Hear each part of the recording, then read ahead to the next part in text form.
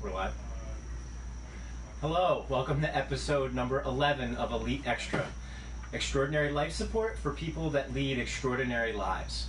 We're here live every Monday at 12:15, either in our Westport or Old Greenwich offices. Today I'm up in Westport with Dr. Liz Arnold. And the topic today is, who is Liz Arnold? So, in order to build suspense, I am not going to give much in the way of background or an introduction. I say we just go ahead and jump right into our questions. Sounds good. Do you have anything you'd like to say? No, I think I'm going to be talking a lot in the next 30 minutes or so. Wow, okay, great. We can just get right into it. I can't wait. I just want to say I love these interviews because I learned so much that I didn't know about people that I work with every day. You know, we spend so much time just, you know, exchanging information about patients and customers that, you know, we don't get to know each other on a historical level very much. So I'm really looking forward to this. So tell me your path. How did you end up as a physical therapist? I ended up kind of similar as most physical therapists will say, you know, they were in PT or had to get PT and then they fell in love with it. Mine was similar but a smidge different, I think fairly fitting of me. So I was actually in advertising, copywriting. I love writing puns and saying weird things, so that was fun, but I was a soccer player in college and I dislocated my kneecap and I was in physical therapy and I annoyed my therapist so much with all of my questions that he said, can you just go to physical therapy school so you can answer your own questions?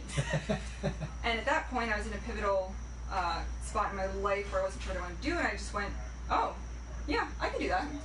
And that's kind of what took me down this route. I was an athlete growing up, having injuries to prove it, and it was just a very natural fit once I realized it was a viable option. So was this like sophomore year in college, like when you had to declare a major or something? This was 6 months after I graduated college. What? Yes. So, and I went the easiest route in college, BA in psychology. Okay. So no sciences, so I had to go back to school for 3 years. 3 years. In that time I was a personal trainer and had to take all my sciences, had to take the GREs, all the stuff that I thought I would never have to do. And then I had to go to PT school for 3.5 years, so it was an additional... Excuse me, that'll probably happen again. Gag reel. So I ended up costing my parents a little bit of extra time and money, but wound up here and... Let the dividends start to pay. Yeah. Tell me, what type of patients do you treat here at Elite? Well, at Elite, one of the best things about working here is that so within that we get a wide variety of patients. So I treat everywhere from anything and everywhere from young kids to older adults, from orthopedic athletes to some oncology, some neurology, we treat everything here, which is frustrated and they're tired and they just want somebody to listen. And they're fun to work with because it's selfishly it's rewarding. Yeah. It's nice to give somebody that experience that they haven't been able to find in the medical community. Well, I'm glad you like working with those patients because that's sort of the reputation that we built for ourselves is if you've been everywhere else and you haven't found what you're looking for, we can usually help you. Yeah, we're a creative bunch here. Yeah. We'll figure out a way to help. Well, good. I'm glad you like working with those people. We have a lot of them. Yes, we do. So you kind of covered that's your favorite part about working at Elite is just having that spectrum of patient populations that you get to treat and be challenged with? Yeah, it's so incredible to work at the place where you would want to know yourself as a patient. And I've never heard that before. Right, That's awesome. I actually thought of that yesterday when I was thinking about this interview. I was like, you know, what do I like about Elite? And I also just took a course over the weekend and I was lab assisting. So a lot of younger students were talking to me about my experience, how I like where I work, and I said, you know, the best part about where I work is that I would go here for treatment, and it's what I would want out of care for myself. And I think it's super cool that I get to work in a place where that's I love that. That's great. Nice. What I would want. Yeah. You can make that your new... See? I shouldn't have gotten out of copywriting. Nice. Good job. I like it. All right. Now let's shift more into when you're actually working a case. What's your favorite milestone that you achieve with your patients? Like, where's that spot where you're like really trying to get people to? So, again, it goes along with the grayness of what our patients come in with in terms of their symptoms, their injury, quote unquote.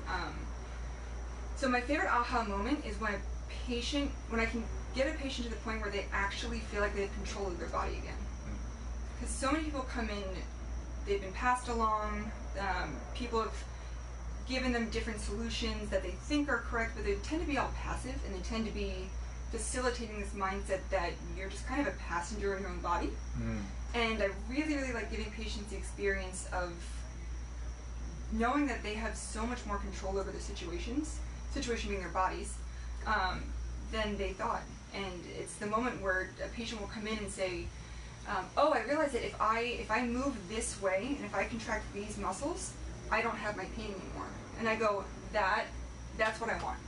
You know, we're manual therapists and we're very hands-on, but the best thing that we can do for our patients is to get them to be able to troubleshoot their own bodies and figure it out. And we facilitate that, but give them autonomy. Yeah, exactly. You know, we tend, like I said, we're passengers in our body. Yeah. So I tell, this is another little copywriting thing, but I feel like most people are passengers in their bodies, and I want to get them to be captains of their ship again. Take charge again. Yes, exactly. And they probably started feeling that way, and then they've just had so many years or unsuccessful experiences trying to get well that they just accept their condition, right? And a lot of people, they'll own their condition, and they kind of hold on to it. They'll say, like, my back pain, my, autoimmune disease, my... It's like part of their identity. Yeah, they just really grasp onto it. And I say, no, this is a thing that's occurring with you, but it's still your own body, so why would you fight your own body? Right. Like, autoimmune, that's kind of what's going on. But you can take charge of it again, and you can control a lot more than you think in your own body. And that's my favorite moment, is when patients kind of understand that, and they have that moment where they go, I did that. They go, you didn't do it, I did it. Yeah. And I'm like, yeah, I'm out of a patient now, but... Right. That's the weird thing about this job, is that we don't want our patients to be here long.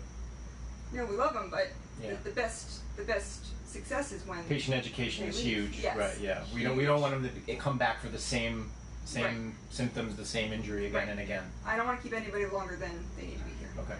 So. Great. I love this question. What's your favorite bone in the body? Weirdly enough, I happen to have one right behind me. So, not planned at all. So I had a student over the summer, Emily. Hi, Emily, if you happen to be watching this.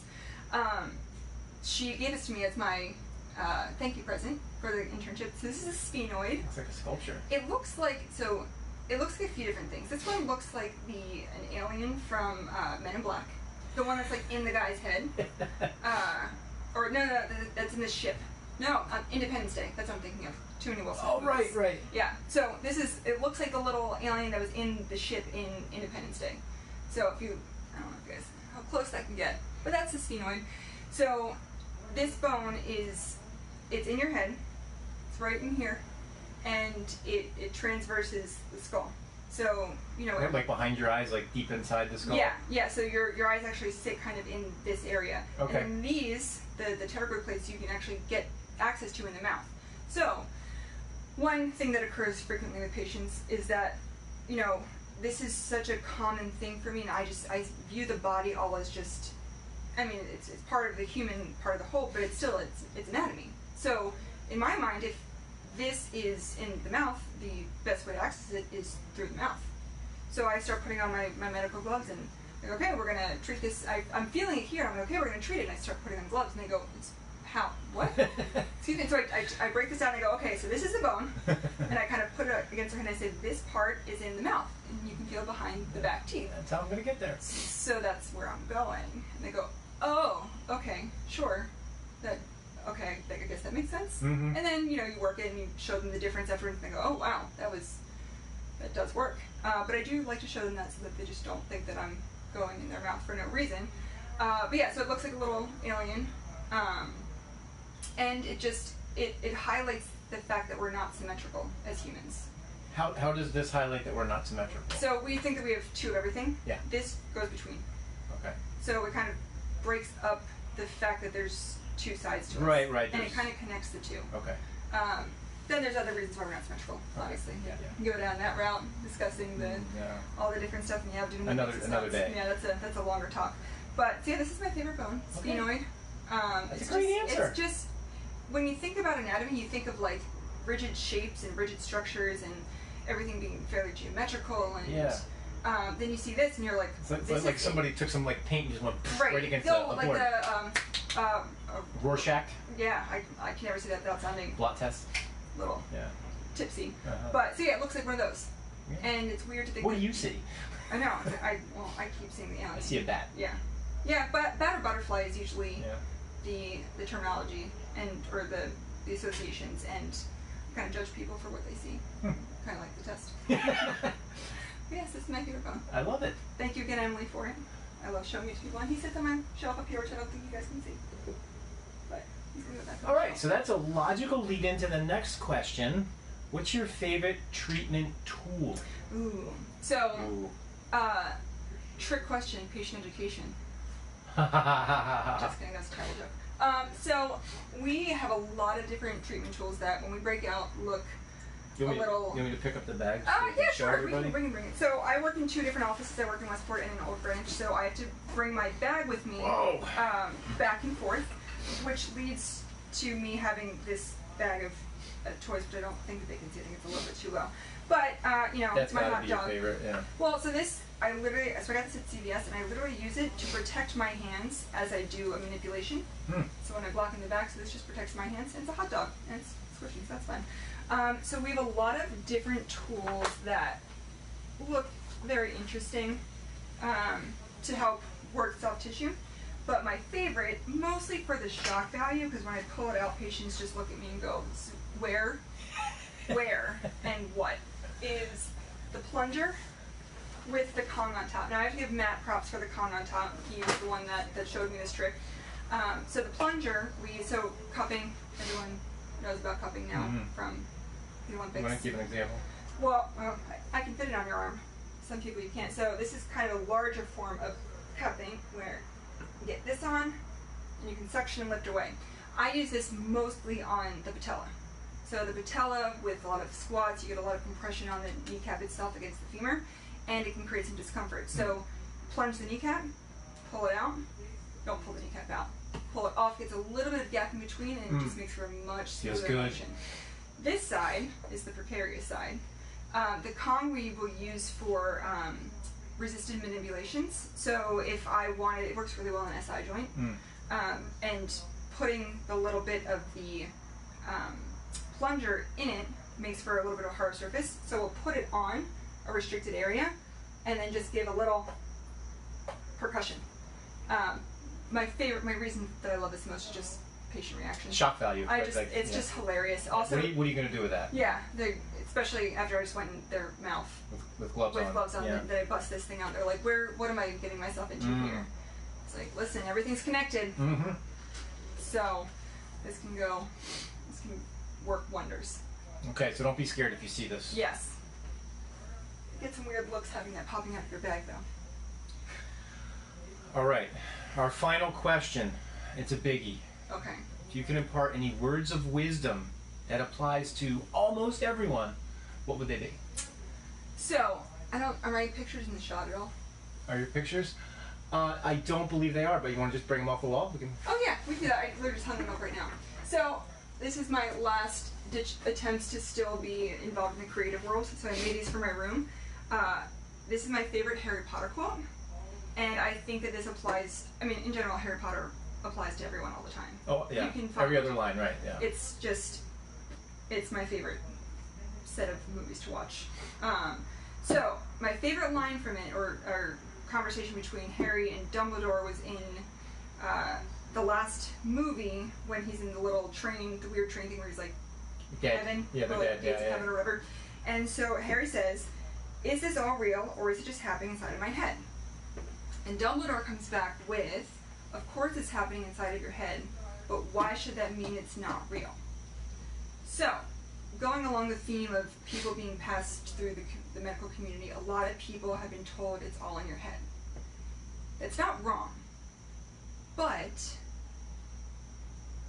our brains are so powerful that that's the most important thing. And if you feel it, it's real.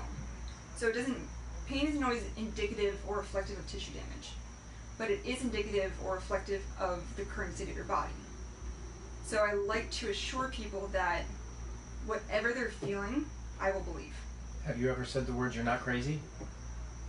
No. That's a different thing. I believe you have pain. Speaking from a personal perspective. But if you're feeling it, you're feeling it. Yeah. You're not making It's up there, a feeling. right, yeah. What the source of the feeling is might not be what you think it is, but it's still there. For example, when I first started working here, I would drive home from this office every single day. Not every single day, because I work here twice a week. And every time I drove home from this office, I would have incredible back pain. I would be crying in my car. And I was like, what's happening? And I was like, why? I was like, I'm working in Greenwich 3 days a week. Why am I not in pain on those days? You didn't have pain from the Greenwich office? Didn't have pain from the Greenwich office, and I didn't have pain driving here. We can put these down. I'm not advertising Harry Potter. So I had pain every single time driving home from here, and I could not figure out why. I was like, I have not done anything to deserve this. I don't get it.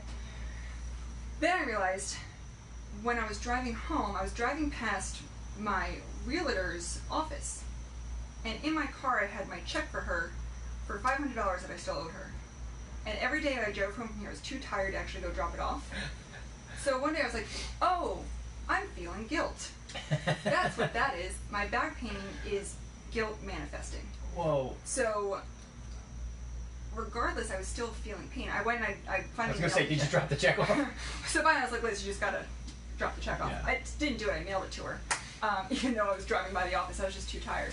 So the second that I mailed her the check, I did not have back pain driving home from here. That's amazing. So I'll tell that story to patients in a way to say, the body might be the weak link, and that's what you're feeling, but there's so many other things that contribute to pain and general dysfunction that's why I want people to get control of their bodies. Because when you can interpret what your body's feeling, it's so much easier to troubleshoot and to, the nuts and bolts. Yeah. Then it's just handing them to you guys and being like, hey, just get them stronger. Yeah. Or get them in shape. Get them more fit, right? Yeah. Yeah, and but that's a huge part of what we do here. And it's fun. Okay. Those are great words of wisdom. Yeah. I'm a wise human. And I love the pictures. Yeah, every time I come in here, I love reading that. It's so true. J.K. Rowling, man. Yeah. She knows her stuff. Yeah. All right, well, I think that's a wrap for us. So thank you for joining us for Elite Extra, Extraordinary Life Support for people that lead extraordinary lives. Join us again next week at 12:15 with either me or my co-host, Dr. Brad Gilden. All right, now I got to get up and turn it off. Doesn't always. The awkward part. The awkward part, right? Yeah.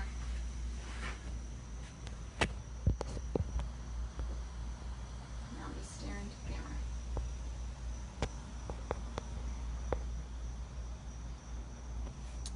What if it never went? It's the finish button doesn't ever work when I. What if it never started though? Why don't you walk out of the screen? Okay. Come on. And you press the button. Maybe it'll work when you press it. Press that finish button.